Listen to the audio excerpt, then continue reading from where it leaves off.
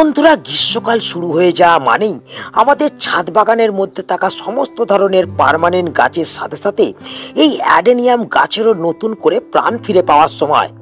গ্রীষ্মকাল শুরু হওয়া মাত্রই এই গাছ যেমন আমাদের প্রচুর পরিমাণে ফুলকে প্রদান করতে শুরু করে, তেমন শুধুমাত্র ফুল প্রদান করা নয়, আমাদের ছাদ বাগানের সৌন্দর্যকেও বাড়িয়ে তোলে এই অ্যাডেনিয়াম গাছ।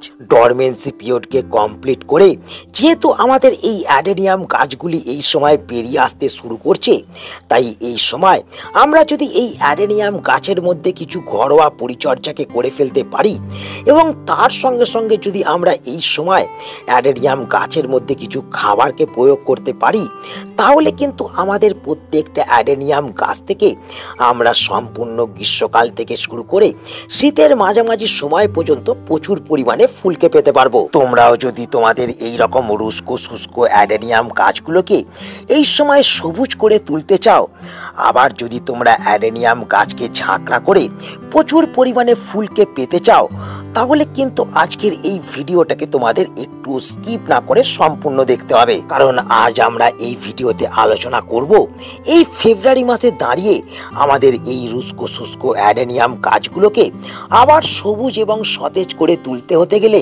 কোন কোন কাজগুলিকে এই সময় করতে হবে। এর পাশাপাশি আজ তোমাদের আমি দেখাবো এই অ্যাডেনিয়াম গাছের গ্রাফটিংকে আমরা কিভাবে করতে পারবো, কিভাবে আমরা একটা অ্যাডেনিয়াম গাছ থেকে ভিন্ন রকমের ফুলকে পেতে পারবো। তো এই সমস্ত গুরুত্বপূর্ণ তথ্যগুলিকে তোমাদের জানতে এবং বুঝতে হতে গেলে ভিডিওটা কিন্তু শুরু থেকে শেষ পর্যন্ত দেখতে হবে, এবং যারা নতুন বন্ধু চ্যানেলে প্রথম, অবশ্যই কিন্তু চ্যানেলটাকে সাবস্ক্রাইব করে রাখবে। বন্ধুরা, এই যে তোমরা অ্যাডেনিয়াম বাগানটাকে আমার দেখছো, এই অ্যাডেনিয়াম বাগানটাকে কিন্তু আমি তিল তিল করে তৈরি করছি। এই অ্যাডেনিয়াম বাগানের মধ্যে যেমন কিছু বেবি প্লান্ট আছে, তেমন কিন্তু আমার কিছু ম্যাচুরেড হয়ে যাওয়া গাছও কিন্তু এখানে আছে। তোমরা দেখতে পাচ্ছ এই যে গাছগুলো, এই গাছগুলো কিন্তু আমার 1 বছর বয়স হয়ে গেছে, এবং এর পাশাপাশি এই যে গাছগুলো তোমরা দেখতে পাচ্ছ, এই গাছগুলো কিন্তু 7 থেকে 8 মাস কিন্তু বয়স, এবং তার সঙ্গে সঙ্গে এই যে প্লান্টটাকে তোমরা দেখছো, এই প্লান্টটা কিন্তু একেবারেই ছোট এবং নতুন প্লান্ট। তো বন্ধুরা, আমাদের শুরুতেই মাথায় রাখতে হবে আমাদের অ্যাডেনিয়াম গাছ কিন্তু একটি গ্রীষ্মকালীন ফুল প্রদানকারী গাছ, এবং শীতকালে এই গাছ কিন্তু ডরমেন্সি পিরিয়ডে চলে যায়, এবং ডরমেন্সি পিরিয়ডে থাকার ফলে তোমরা দেখতে পাচ্ছ গাছের কিন্তু পাতা ঝরে গেছে, গাছের যে ডগাগুলো, সেই ডগাগুলো কিন্তু ডাইব্যাক হয়ে শুকিয়ে যেতে কিন্তু আরম্ভ করছে। তাই এই সময় আমাদের যে প্রথম কাজটাকে করতে হবে সেটা হচ্ছে, বন্ধুরা, এই যে তোমরা দেখতে পাচ্ছ আমার অ্যাডেনিয়াম গাছটা অত্যাধিক পরিমাণে লম্বা হয়ে গেছে এবং গাছের ডগাগুলো যে এইভাবে শুকিয়ে যেতে আরম্ভ করেছে, আমাদের কিন্তু এই সব শুকিয়ে পড়া ডালপালাগুলোকে যেমন গাছ থেকে ছেঁটে দিতে হবে, তেমন কিন্তু আমাদের গাছটাকে এই সময় একটা সুন্দর শেপ দিতে হবে। তো এর জন্য আমরা যেটা করব, আমরা গাছটাকে কিন্তু এই পোর্শন থেকে কিন্তু কেটে দেবো। মানে আমরা কিন্তু এই সমস্ত যে শুকিয়ে পড়া ডাল বা আমাদের এই যে পাতা ঝরে যাওয়া ডালগুলোকে আমাদের কিন্তু গাছ থেকে পুন করতে হবে। তো এক্ষেত্রে আমরা যেটা করব সেটা হলো, বন্ধুরা, আমরা কিন্তু একটা ধারালো ছুরিকে নিয়ে নেব। এক্ষেত্রে কিন্তু বন্ধুরা, অ্যাডেনিয়াম গাছকে তোমরা কিন্তু কাটারের সাহায্যে কখনোই কাটবে না, সেক্ষেত্রে কিন্তু সঠিকভাবে তোমাদের অ্যাডেনিয়াম গাছের পুনিংটা কিন্তু তোমরা করতে পারবে না। তোমরা এক্ষেত্রে যেটা করবে, ধারালো একটা কিন্তু ছুরিকে ব্যবহার করবে, এবং অ্যাডেনিয়াম গাছকে কাটাই করার আগে তোমাদের কিন্তু অবশ্যই ছুরিটাকে স্যানিটাইজ করে নিতে হবে। আমি কিন্তু এখানে অলরেডি ছুরিটাকে স্যানিটাইজ করে দিয়েছি, এবং আমি যেটা করছি, আমি কিন্তু এই পোর্শন থেকে কিন্তু অ্যাডেনিয়াম গাছটাকে কিন্তু কেটে দিচ্ছি। তোমরা দেখতে পাচ্ছ আমি কিন্তু এই পোর্শন থেকে অ্যাডেনিয়াম গাছটাকে কেটে দেবো। এর ফলে যেটা হবে, আমাদের যে এই যে ডালপালাগুলো বৃদ্ধি হচ্ছে, এই ডালপালাগুলো কিন্তু আগামী দিনে মোটা এবং বলিষ্ঠ হয়ে উঠবে, এবং এই ডালপালা থেকে প্রচুর পরিমাণে কিন্তু ফুল আসবে, এবং তার সঙ্গে সঙ্গে এই যে নিচে বৃদ্ধি হওয়া যে ডালপালাগুলো দেখছো, এই ডালপালাগুলো যখন বড় হবে, তখন গাছ কিন্তু অটোমেটিক ঝাঁকড়া এবং বুশি হয়ে উঠবে। বন্ধুরা, তোমরা দেখতে পাচ্ছ আমি যেমন এই গাছটার কাটাই ছাটাই কমপ্লিট করে ফেলেছি, এবং এর পাশাপাশি কিন্তু আমি এই গাছটারও কাটাই ছাটাইকে কমপ্লিট করে ফেলেছি। এবং আমাদের যেটা করতে হবে, এই কাটাই ছাটাই করার পর 2 নম্বর কাজ হিসেবে সেটা হচ্ছে, বন্ধুরা, এই যে কাটা অংশগুলো দেখছো, এই কাটা অংশগুলো কাঁটাগুলোকে কিন্তু আমাদের যে কোনো একটা ফাঙ্গিসাইড গুলে আমাদের কিন্তু প্রলেপ করে লাগিয়ে দিতে হবে, যাতে আমাদের এই কাটা অংশের মধ্যে ফাঙ্গাস আক্রমণ হয়ে আমাদের এই অবশিষ্ট যে কাণ্ডগুলো আছে এই কাণ্ডগুলো যাতে শুকিয়ে না পড়তে পারে। তো বন্ধুরা, এই কাজটা হয়ে যাওয়ার পর আমাদের যে 3 নম্বর কাজটাকে করতে হবে সেটা হলো এই সময় আমাদের যে সমস্ত অ্যাডেনিয়াম গাছগুলোর মধ্যে মাটি পরিবর্তন, টব পরিবর্তন এবং শিকড় কাটাই ছাঁটাই করার প্রয়োজন আছে, সেই সমস্ত গাছের মধ্যে এই কাজগুলোকে এই ফেব্রুয়ারি মাস শেষ হওয়ার আগেই আমাদের কিন্তু করে ফেলতে হবে। নাহলে আমরা কিন্তু আগামী মাসগুলোতে এই গাছ থেকে কিন্তু কখনোই ভরে ফুলকে পেতে পারবো না। কিন্তু বন্ধুরা, এক্ষেত্রে যে সমস্যাটাকে লক্ষ্য করা যায় সেটা হলো আমরা যখন গাছের শিকড়কে কাটাই ছাঁটাই করি বা অ্যাডেনিয়াম গাছের মাটিকে পরিবর্তন করি, সেক্ষেত্রে কিন্তু কিছু দিনের মধ্যেই এই কডেসগুলো কিন্তু পচে যেতে আরম্ভ করে এবং গাছগুলো আমাদের কিন্তু ধীরে ধীরে মারা যেতে শুরু করে।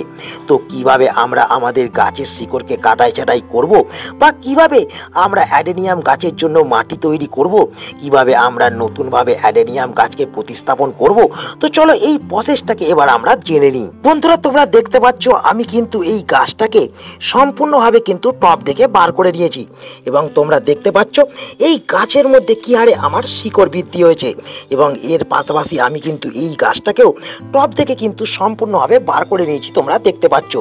এরপর আমরা যেটা করব, আমরা কিন্তু এর মাটিটাকে পুরোপুরিভাবে এই শিকড়গুলো থেকে ছাড়িয়ে নেব এবং তার সঙ্গে সঙ্গে এই যে সরু সরু শিকড়গুলো পুরোপুরিভাবে মাটিগুলোকে আঁকড়ে ধরে রেখেছে, এই শিকড়গুলোকে আমরা কিন্তু খুব সুন্দরভাবে কাঁচি করে বা ধারালো কিছু দিয়ে আমরা কিন্তু কেটে দেবো। তোমরা দেখতে পাচ্ছ আমার কিন্তু অ্যাডেনিয়াম গাছের শিকড়কে কাটাই ছাঁটাই করার প্রসেস কিন্তু কমপ্লিট হয়ে গেছে এবং আমি যেখান থেকে শিকড়গুলোকে কেটেছিলাম তোমরা দেখো আমি কিন্তু সেখানে ফাঙ্গিসাইডের প্রলেপকে লাগিয়ে দিয়েছি।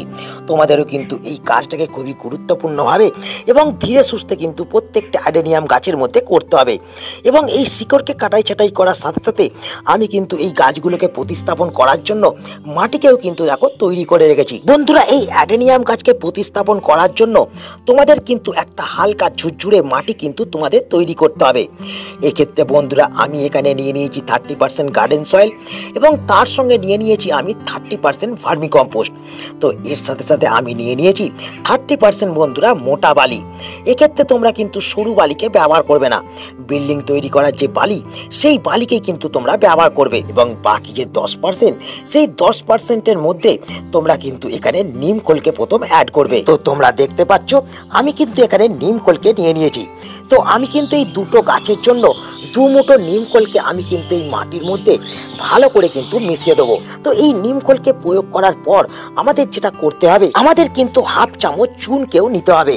তো এই চুন যেটা করবে গাছের মাটি থেকে সমস্ত ধরনের ব্যাকটেরিয়া এবং নানান ধরনের কিন্তু আমাদের ফাঙ্গাসকেও গাছের মাটি থেকে দূর করতে সাহায্য করবে এবং এই চুনকে প্রয়োগ করে দেওয়ার পর আমাদের যেটা করতে হবে 1 চা চামচ কিন্তু আমাদের সুপার ফসফেটকে এই মাটির মধ্যে প্রয়োগ করতে হবে। তো বন্ধুরা, এক্ষেত্রে আমি কিন্তু দুটো গাছের জন্য এই সারগুলোকে দেখাচ্ছি। তোমরা কিন্তু একটা গাছ প্রতিস্থাপন করলে এই সারগুলো কিন্তু অর্ধেক তোমরা ব্যবহার করবে। তো বন্ধুরা, এই যে দেখতে পেলে আমরা 3টে উপকরণকে প্রয়োগ করলাম, এরপর আমাদের যেটা করতে হবে গাছের মধ্যে আমাদের খাবারকে প্রয়োগ করতে হবে। তো সেক্ষেত্রে আমরা যেটা করব, আমরা শুরুতেই কিন্তু পটাশ সারকে 1 চামচ ব্যবহার করে দেবো। তোমরা দেখতে পাচ্ছ আমি কিন্তু এখানে পটাশ সারকে 1 চামচ ব্যবহার করে দিলাম এবং এই পটাশ সারের সাথে সাথে আমরা নিয়ে নেব হাফ চামচ মতন সমান রেশিওর এনপিকে। তোমরা দেখতে পাচ্ছ এই এনপিকেটা হচ্ছে 20-20-20। তো এক্ষেত্রে তোমরা কিন্তু 19-19-19 ব্যবহার করতে পারো। তো এই এনপিকে কে নেওয়ার পর আমাদের যেটা করতে হবে, আমাদের কিন্তু যে কোনো ধরনের মাটিতে মেশানোর অনুখাদ্যকে এক্ষেত্রে কিন্তু ব্যবহার করতে হবে। তো দেখতে পাচ্ছ আমি কিন্তু এখানে বায়োভিটা এক্স কে ব্যবহার করছি। তো সেক্ষেত্রে আমি 1 চামচ এই দুটো গাছের ক্ষেত্রে কিন্তু ব্যবহার করব। দেখতে পেলে আমি কিন্তু এখানে মাটি তৈরির জন্য সমস্ত জিনিসকে কিন্তু প্রয়োগ করে দিলাম। কিন্তু এর পাশাপাশি আমাদের যেটা নিতে হবে সেটা হলো বন্ধুরা যে কোনো ধরনের ফাঙ্গিসাইড। তো আমি এখানে কিন্তু ব্যাবিস্টিনকে ব্যবহার করছি, তোমরা চাইলে সাপকেও কিন্তু ব্যবহার করতে পারো। বন্ধুরা, তোমরা দেখতে পাচ্ছ আমি কিন্তু অ্যাডেনিয়াম গাছগুলোকে প্রতিস্থাপন করার জন্য আমি কিন্তু মাটিকেও সম্পূর্ণভাবে রেডি করে ফেলেছি এবং এই যে মাটিটা তোমরা দেখতে পাচ্ছ তৈরি করলাম, এই মাটির মধ্যে এই গাছগুলোকে প্রতিস্থাপন করার জন্য আমি কিন্তু এখানে টবও রেডি করে ফেলেছি। এক্ষেত্রে আমি গোল টবকে ব্যবহার করেছি, তোমরা চাইলে গ্লাস টবকেও ব্যবহার করতে পারো।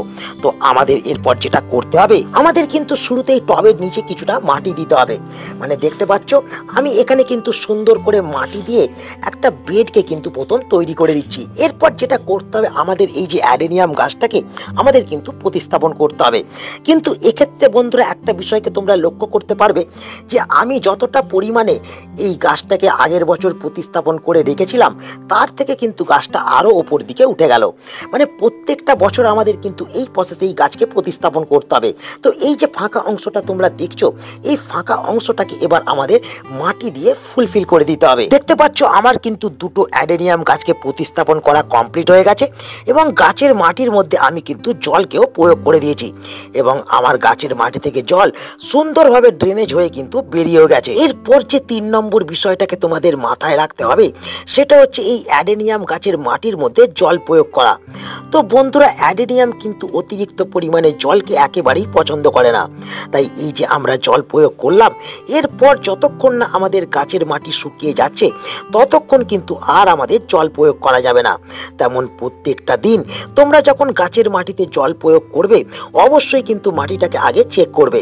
যদি দেখো মাটি শুকিয়ে গেছে, তারপরেই কিন্তু অ্যাডেনিয়াম গাছে তোমরা জলকে প্রয়োগ করবে। এরপর যে 4 নম্বর কাজটাকে আমাদের করতে হবে, সেটা হলো এই সময় থেকে আমাদের প্রত্যেকটা অ্যাডেনিয়াম গাছকে ছাদ বাগানের এমন একটা স্থানের মধ্যে রাখতে হবে, যে স্থানটার মধ্যে রাখলে আমাদের প্রত্যেকটা অ্যাডেনিয়াম গাছ সারা দিনের রোদ্দুর পাবে। বন্ধুরা এরপর যে 5 নম্বর বিষয়টাকে নিয়ে আমরা আলোচনা করব, সেটা হচ্ছে আমাদের অ্যাডেনিয়াম গাছের গ্রাফটিং করা।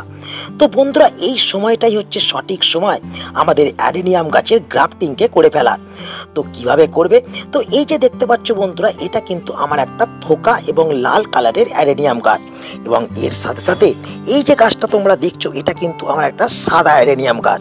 তো এই দুটো গাছের মধ্যে আমি কিন্তু গ্রাফটিং করব। আমি কিন্তু এই গাছের ডালকে কেটে আমি কিন্তু এই গাছের ডালের মধ্যে কিন্তু আমি জয়েন করব। তো এক্ষেত্রে আমাদের কিন্তু ডালকে সুন্দরভাবে নির্বাচন করতে হবে। তো আমি কিন্তু এখানে দেখতে পাচ্ছ একটা ডাল আছে, আমি কিন্তু এই ডালটাকে প্রথম কিন্তু একটু কেটে নেবো এবং ডালটাকে এরকম ভি শেপে কিন্তু আমাদের একটুখানি কেটে নিতে হবে।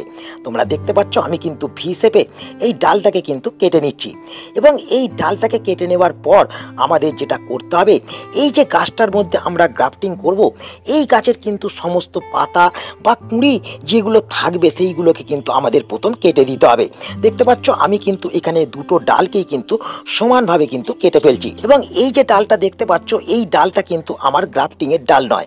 এই ডালটা কিন্তু আমরা ফাঙ্গিসাইডের প্রলেপ লাগিয়ে রেখে দেবো এবং এই যে ডালটা দেখতে পাচ্ছ, এই মোটা ডালটার মধ্যে আমি কিন্তু গ্রাফটিং করব। প্রথম আমাদের ডালটার এই মাঝ বরাবর কিন্তু আমাদের একটুখানি কাট লাগাতে হবে।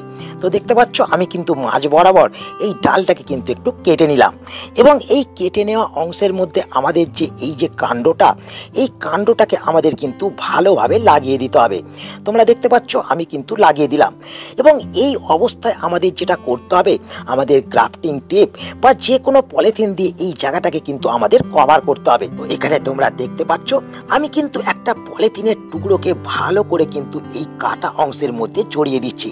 তোমরা দেখো এক্ষেত্রে তোমাদের একটা বিষয়কে কিন্তু মাথায় রাখতে হবে, যাতে এই পলিথিনটা দিয়ে কোনোভাবে এয়ার এই কাটা অংশের মধ্যে চলাচল না করতে পারে। এরপর আমরা যেটা করব, আমরা এই যে পলিথিনটা যাতে খুলে না যায় সেই জন্য আমরা কিন্তু একটা শক্ত সুতো দিয়ে এই পলিথিনটাকে কিন্তু বেঁধে দেবো এবং এই বাঁধা হয়ে যাওয়ার পর আমাদের যে কাজটাকে করতে হবে সেটা হলো বন্ধুরা, এই যে আমরা ডালটাকে গ্রাফটিং করলাম, এই ছোট্ট ডালের মাথাটাকে কিন্তু আমাদের কেটে দিতে হবে। মানে এই কাণ্ডটার মধ্যে কোনো ধরনের কিন্তু পাতা বা কোনো ধরনের কুঁড়ি কিন্তু তোমাদের রাখলে চলবে না এবং এই কাটা অংশটাকে কভার করার জন্য বা এই কাণ্ডটাকে কভার করার জন্য আমরা কিন্তু আরও একটা পলিথিনকে দিয়ে কভার করে দেবো, যাতে আমাদের এই কাটা অংশের মধ্যে কোনোভাবে শিশির, হাওয়া বাতাস বা রোদের তীব্রতা না লাগতে পারে।